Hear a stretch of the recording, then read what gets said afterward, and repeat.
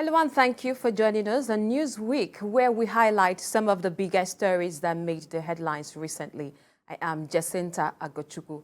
This week, Supreme Court dismisses People's Democratic Party's suit seeking disqualification of Bola Tinubu and Kashim Shettima. Also this week, highest national honors are bestowed on the president-elect and his vice, Tinubu and Shettima, as they gear up to take the baton of authority from President Muhammadu Buhari. Later on the show, President Buhari is in the news once again. This time, he inaugurates the newly completed Dangote refinery, the second Niger Bridge, and other projects. All the details in a moment. Stay with us.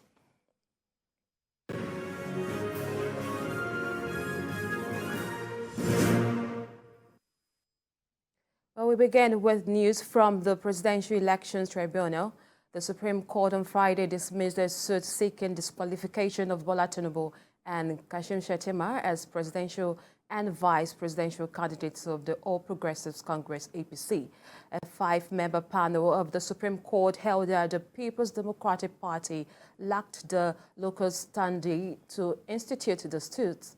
The PDP had claimed that Shettima's nomination as Tinubu's running mate was in breach of the provisions of sections 29(1), 33, 35, and 84(1)(2) of the Electoral Act 2022. PDP argued that Shettima's nomination to contest the position of Vice President and Borno Central Senatorial seat at the same time contravened the law. But the Supreme Court said the PDP is not a member of the APC and should not interfere in matters outside its domain. Well, I have two gentlemen joining me to discuss this topic. I have Babatunde Ogundiro, a policy analyst. Welcome to the show. Good evening, Jacinta. Right. I also have Justice Ojeno, a lawyer. Welcome it's my pleasure to join you, and good evening to our viewers at home. All right, let me begin with you, Justice. As a lawyer, you agree with me that these laws are written, they are written down there in the public, but especially the Electoral Act 2022 as amended. But do you think that the litigants, before going to court, have a way not to study the provisions of the law, so as not to go out there and waste the time of the court? And what do you think should be done to, prevent the institution of this frivolous lawsuit? Okay, for me, I think that the major things to be done have actually started. Not even now. I can trace it back to about earlier in the past decade, I think 2011, 2012, the Supreme Court started coming heavily, not just on the litigants, but on their lawyers, because usually it is the lawyers that actually give the advice most of the times that make these kind of matters actually come up in the first place. Before then, it used to be that the lawyer is just an instrument. It is whatever the litigant wants that the lawyer is carrying out. But now the courts are going beyond the litigant to tell the lawyers that you should know better. You should know better. When it is obvious to the court that it is the litigant, the court actually awards costs, just like we saw in the PDP scenario. But two cases still in this past week that the court went beyond the litigant and actually said one lawyer should pay 40 million, another lawyer should pay, I think, 1 million each. And so with this, it is going to be nipped in the bud. And I say this against the backdrop of the fact that I know that I'm a lawyer. I know that it's like I'm in the same room and I'm shooting. We have a situation where some lawyers are unethically, because of money, because of fame, and because of probably the allure of having the silk, the senior advocateship, they are going far and beyond the pale in order to be able to just get these things done. And it's so unfortunate. We've seen situations where I know of a senior advocate that actually lost his silk because of a political matter. He didn't properly guide himself. And we have situations, even in In the Bayelsa case too, where the Supreme Court has actually decided that a person, the present PDP governor, is the rightful owner of the office, some senior advocates that have their names, popular names, still went ahead to still try to appeal a matter that the Supreme Court has actually adjudicated upon right in the Supreme Court. And the Supreme Court rightfully dealt with them. I think this should continue. Once it continues, when a lawyer knows that his name can be stained, it can be fined beyond the litigant personally, then they will guide themselves. If even the litigant insists that they should still go ahead to do it, they will withdraw their services from such unscrupulous litigants. All right, this is one of many suits against the reign of Bola, Tinubu and Shettima, which has been dismissed again, but others still persist. Now we have inauguration coming tomorrow. Do you think it should go on knowing that their win is being challenged? First, we usually say, as lawyers say, it has been overtaken by events. You understand? You cannot get an ex parte injunction or an interim injunction to stop an action that has already expired.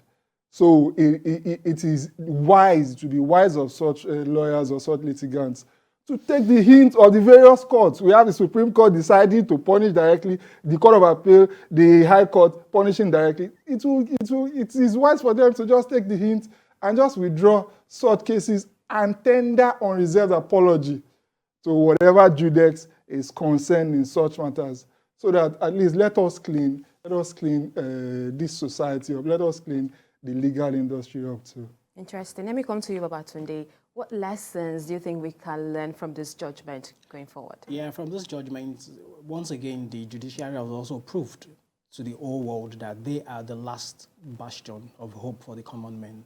So for us as individuals, we need to follow precedents. A precedent has been set, just like I said. I'm not a lawyer, basically, but I can understand the fact that when you have precedents like this, it has to be obeyed. One thing we need to know is that the Supreme Court is the highest, law, organ of the country. So if the Supreme Court has given a verdict, everybody should abide by it.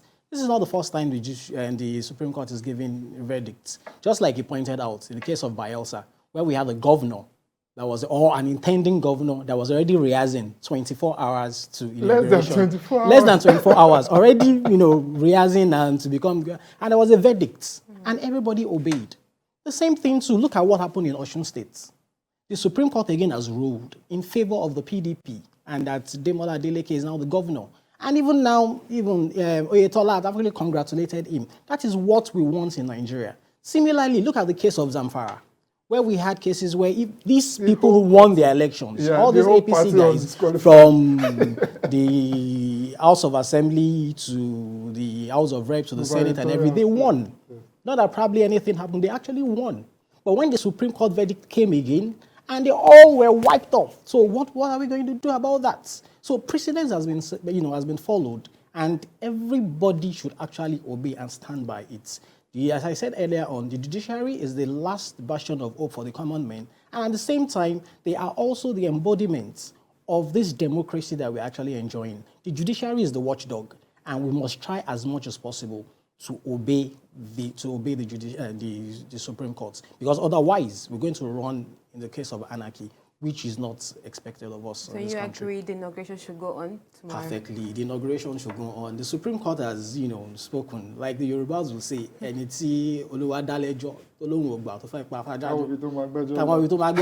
get. It means that if God has actually awarded a case for you, has been saying that, oh, Jacinta, this is what I'm giving you, who else will come around and say it's the other way around? So that's just it. The inauguration should go. And even Nigerians are already basking in the euphoria that the new administration is coming in and everybody wants to see the renewed hope. So let everything just go in place. All right, gentlemen.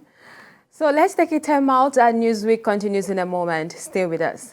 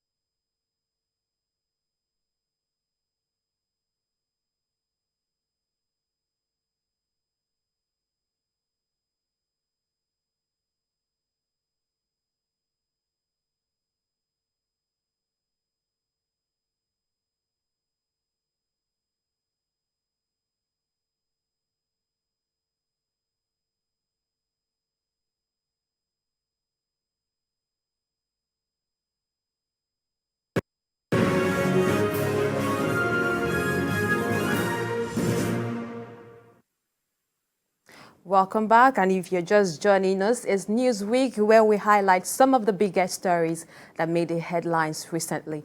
Now, President Muhammad Buhari has conferred Nigeria's highest national honor on President-elect Bola Tinubu, the second highest honor was also conferred on Vice President-elect Kashim Shettima. The award ceremony was held at Banquet Hall, State House Conference Center, Abuja.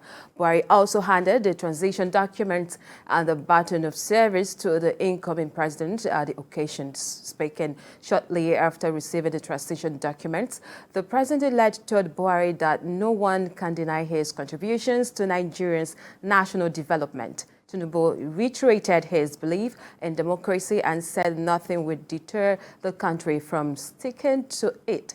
He also used the occasion to especially commend Buhari for correcting the injustice of the annulment of the June 12, 1993 presidential election and the recognition and honor he gave to the acclaimed winner of the election, Moshood Abiola. To discuss this, I still have Babatunde and Justice in the studio with me. Babatunde, let me come to you. You know, during the presidential or the president's outgoing speech, he said a lot, which one of it is that he believes, he is confident that Nigeria is in capable hands as, you know, we're expecting the new administration. And, you know, do you agree with him? Perfectly. I really agree with him. Because there's something in leadership. The true test of leadership is actually in your succession, which is actually the legacy you leave behind. A good leader is always thinking of somebody that's going to succeed. And that is why in the private sector, there's something we call succession planning, where you ensure that you make sure you pass the baton to the right person that is actually competent to take that journey from where you've stopped to wherever you're going to. And fortunately for us, this is the first time we're having a president that is fully prepared for this task. Underline the word, fully prepared for this task. This is somebody that rose through the ranks, got to the pinnacle of his career in the private sector, then ever since joined public service. He was one time a senator. He became a governor 2 times of Lagos State, which is actually the biggest or the most complicated state we have in Nigeria, which is about the GDP of about 7-8 African countries put together. This is the same person, again, that cut a state under the political sages like the likes of MKO Abiola, the likes of Obafemi Awolowo. And at the same time, he was also part of the Yaradua institution. So it means that he has learned from the best guys. And now is here to put in place everything he's learned for over 30, 40 years for Nigerians to enjoy. And like I said, this is the first time we are having somebody fully prepared. This is not an accidental presidency like we always have in the past. This is the first time we're having somebody fully prepared, both private sector-wise and even public sector-wise. We've had situations where we have presidents of this country that never run a mom and pop shop before. But now we have somebody that has done it before in Lagos State. Over, 30, 35 million people, and yet is now the president of Nigeria. And that was why recently he was also voted as one of the most influential people in the world. So it tells you that Nigeria is in good hands. We should just go to bed and sleep. Interesting. Let me come to you, Justice. So the president-elect also said that he understands or he knows the magnitude of the tax or duty that awaits him. You hear some people say they don't envy the position of the new administration or the incoming president. If you're going to say now, what do you think the president-elect should start up with as he resumes office? What is this first thing he should start with? Security. He should try everything he can. He should use every trick in a book. He should consult anybody that he can consult. And I don't just mean within the territory of Nigeria. He should wield influence to ensure that we get security intact, to get it under wraps, so that there are a lot of things we are losing in terms of image, in terms of contributions, because the economics usually follows security. The kind of investment you will see, if I have to drop names now, that will go to the UK, you will not see such kind of investment go to Afghanistan or Yemen that is war-torn. So I think that should improve on security. It should improve also on energy. Once it does those two, I feel that a lot of things will fall in place. Nigerians are in danger of sounding derogatory. Economic animals. When I say economic animals, we are geniuses. We have the drive. Just give us the enabling environment. We'll put the economy in place. Aside from foreign direct investment that we'll be expecting to come in, local investment too will massively take place. The GDP of our country, people will go back to the farms. We should always be reminded that it is agriculture that contributes the most to the bottom line and to the GDP of our country, not oil. Not oil. So if people have the confidence and the capacity to go back to the farms in Benue State, to go back to the farms in Kaduna State, to go back to the farms in Adamawa, in Borno, in Kebbi, I think we'll be better off. There will be unemployment will be almost automatically, naturally taken care of. So if we can get security right and we can get energy right, and of course he's a genius when it comes to economic structuring and restructuring. He has done it before. It's our prayer and our support to him, whether we voted for him or not, because it is in his prosperity that the prosperity of a lot of us. So if we keep saying, oh, you don't support him because you didn't vote for him, or you're not happy with the miracle that is practically happening in a few hours' time. See, the Americans, they took it for granted. For more than 200 years, they kept having free transition from democracy to democracy. But they almost lost it. January 6, 2021. That's a democracy that's more than 200 years old. Yet we have ours here, and is this intact? We should keep praying and keep supporting so that the prosperity indeed goes round. All right, let me also get from you, in your opinion, what do you think history will say about the tenure of the outgoing President Muhammadu Buhari? I saw a newspaper headline on Friday where he said, I have fought a good fight. So many people don't agree with that. I don't know whether it was the one that said it, or it is the newspaper people that wrote it for him. Like, he cannot use such Pauline words, the words from Apostle Paul. He is not deserving of it.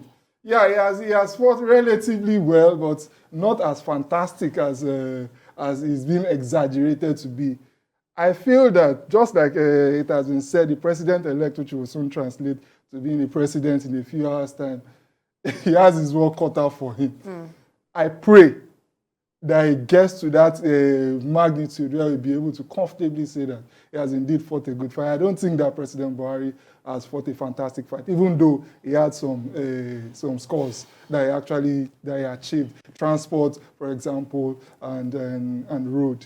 All right, let me also get from you, Bola, today quickly before we move to our last story for tonight. Do you think history will be kind to our outgoing president?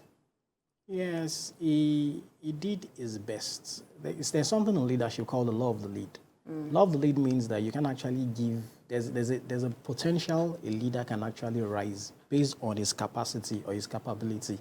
So with the lead, it's a kind of, it gives you, it's more like he tries as much as possible to limit your potential. So what am I saying basically is there's a relationship between your capacity and your performance. You can't give what you don't have. So for President Buhari, he tried his best, but his best is obviously not good enough, because there will have a lot of problems in terms of insecurity, banditry, insurgents, and everything. But one thing I can actually commend him for is in terms of infrastructure. And he said boldly, which I also agree, that he's been able to construct over 8,500 kilometers of road across the Federation. In that area, he did well. But the question is, if you have infrastructure and they're killing your people, who are those who are going to use this infrastructure? That's where I submit my... I can't agree less. All right, gentlemen, let's move to our final story for tonight. During the week, President Muhammad Buhari inaugurated 7 legacy projects completed by the Federal Ministry of Works and Housing across the country as part of his administration's determination to upgrade and expand the nation's stock of infrastructure. The project includes 3 major bridges, 3 federal secretariats, and a road. The first of the federal secretariats at Awka is located at Executive Business District Layout, Awka South Local Government Area, Anambra State, and it is situated on the 5.106 hectares of land. The second federal secretariat, Gusau, Zamfara State, is located at Ungwandalawan of Sokoto Bypass Road, Gusau, Zamfara State. The third to be inaugurated is the Federal Secretariat in Gwar. Buhari had inaugurated a 4th one, the Federal Secretariat Lafayette, located at Bokar City along Jos Road, Lafayette, Nasarawa State. And I still have Babatunde at Justice in the studio to talk about this. Let me come to you, Justice. You know, in infrastructure development, a lot of money needs to be spent to, actualize the needed impact, but this has actually plugged the nation into debts. But what do you think? How do we begin to start to ensure projects, yield, help to make money that must have been spent? It's hard because sometimes when we say project yields money, let's talk about roads, for example. You build a road, you toll the road, but do we have the culture of tolling in this country? I know of a number of roads that President Olusegun Obasanjo at the time tried to build and tolled, and of course the tolling had to be removed at some point. Same thing with Lagos State currently. We have 2 roads, the Lekki end and the Ikoyi Bridge. Now, despite the amount that has been sourced in order to be able to build those roads, the tolling has been extremely difficult. So if we are talking about infrastructure to generate, if we are looking at it from the angle of road, it is hard because we don't usually have the culture of paying tolls, paying taxes, and all. So that's number one. But if we are talking about other kinds of infrastructure, maybe custom infrastructure, we know that because people won't be able to take their goods or whatever it is they are importing or exporting without having to pay. Maybe at those points. But again, those kind of tolling or increase in excise amounts, they are also adversely affecting the economy because the cost is going to be passed to the end user or the end purchaser, as the case may be. So it's a dicey way because the role of government really is not essentially to generate revenue. It's a social role. Is to provide infrastructure. It is for the government to create enabling environment for the private sectors to be the ones to generate the revenue and pay the tax that is needed for the government to be able to build capital projects. All right, we're almost out of time, but let me just have your take in regards to the expectation, so much expectation from this refinery. But do you think this one single refinery is the problem, is a problem solver to all we have to be solved in the country? No, it's not, but it's just a step in the right direction. At least like they say, that Rome was not built in a day. And a journey of 1,000 miles begins with a single step. So if we have someone like Dangote coming up with, we also have somebody like BUA, this is Alaji, and coming up with this, and we can encourage people to come up with. Then it will get to a point that we'll have enough of this, and this will be able to go around, and we have enough to actually export, where we can actually earn foreign exchange for the country. So I think it's the right step in the right direction. We just need to encourage them to do more and get the federal government or the government at large to create an enabling environment to make businesses, micro MSMEs, to work in Nigeria. That's all. All right. Thank you very much, gentlemen. I've been speaking to Justice Ojeno, a lawyer, and as well Babatunde Ogundiro. Right? I hope I got that right. Yeah, thank you for your contribution so far to this topic. And as well, thank you for being part of the show. Remember, you can follow the conversation on our social media platform at TVC News NG or on our website at tvcnews.tv. I am Jacinta Agochukwu. Until next week, it's goodbye.